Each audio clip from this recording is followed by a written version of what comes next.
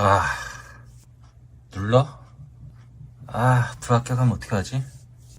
하나, 둘, 아휴, 제발. 보자. 재윤, 꼬라지. 공부를 시작할 때는 시간이 빨리 가기만을 바랬다. 집에서 공부하는 것은 유혹거리가 많기에 정말 고통스러운 나날이었다. 사실 100% 책상에만 앉아 모든 유혹거리를 이겨내고 공부를 한 것은 아니다.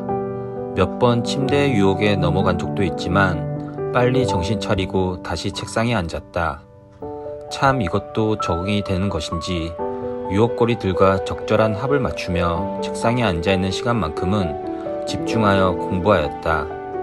나름 집중해서 했다고 하지만 20년 만의 집중 공부이고 생소한 공부이다 보니 공부를 해도 걱정이 앞섰다. 생각보다 시간은 빨리 갔고 어느새 강습 교육받는 2월 마지막 주가 되었다. 일주일 동안 오전 9시부터 오후 6시까지 강의를 듣는다.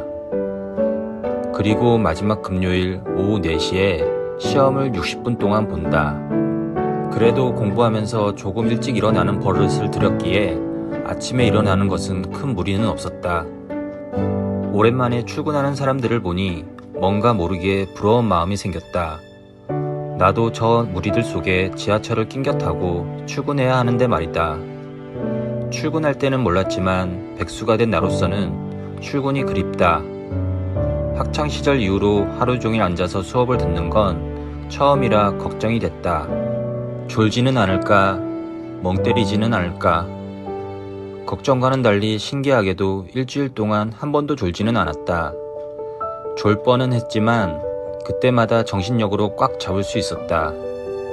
그렇게 수업 듣고 6시에 집으로 와서 저녁을 먹고 8시부터 12시까지 배운 거 복습을 하였다.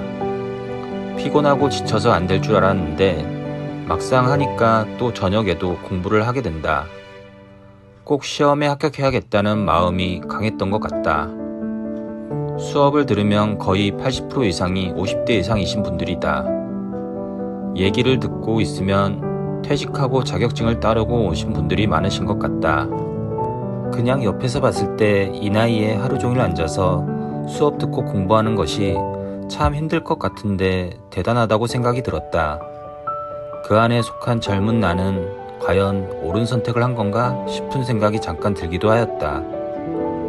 하지만 없는 것보다 있으면 좋을 거라 생각을 한다. 취업을 언제 할지는 모르겠지만 취업을 하면 이렇게 시간을 빼서 교육을 들을 수 없다. 놀 때 이거라도 딴 거면 잘한 거라고 생각하고 있다.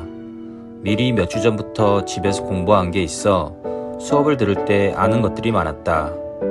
그래서 하루하루 지날수록 자신감이 조금씩 붙었던 것 같다. 결국은 반복하여 보면 알게 모르게 몸의 머리에 흡수되는 것 같다.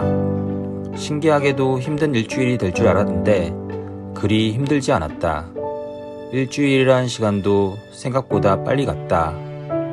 그래도 시험날이 다가오니 떨리는 건 어쩔 수 없었다. 드디어 시험날 시험 보기 1시간 전이다. 시험 보기 전 따뜻한 녹차를 한 잔 타서 마셨다. 순간 눈에 들어오는 종이컵에 새겨진 글귀. 언제나처럼 마음먹은 대로 잘 될 거예요. 참 기분 좋은 말이다. 그런데 난 반대였던 것 같다. 참 인생 뜻대로 잘 안 되는 것 같다. 나만 그런 것 같지만 아마 대부분의 사람들은 뜻대로 되지 않는다고 한다. 오늘만큼은 마음먹은 대로 잘 되었으면 좋겠다. 오후 4시부터 5시까지 시험을 마치고 난 집으로 돌아왔다. 오후 6시부터 점수를 확인할 수 있다고 하여 기다리고 있었다. 드디어 오후 6시. 과연 합격일까 불합격일까? 아, 눌러? 아, 불합격하면 어떡하지? 하나, 둘, 아휴, 제발. 보자.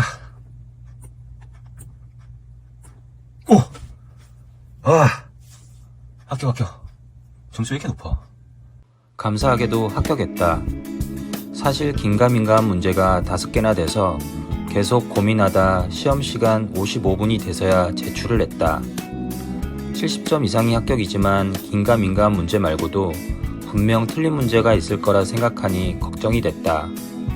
합격률 40%라고 하니 떨어질 수도 있겠다라는 생각을 했었다. 그런데 꽤나 높은 점수로 합격을 하였고 나 자신도 놀랐었다. 노력해서 합격하고 자격증을 발급받으니 보람되고 뿌듯했다.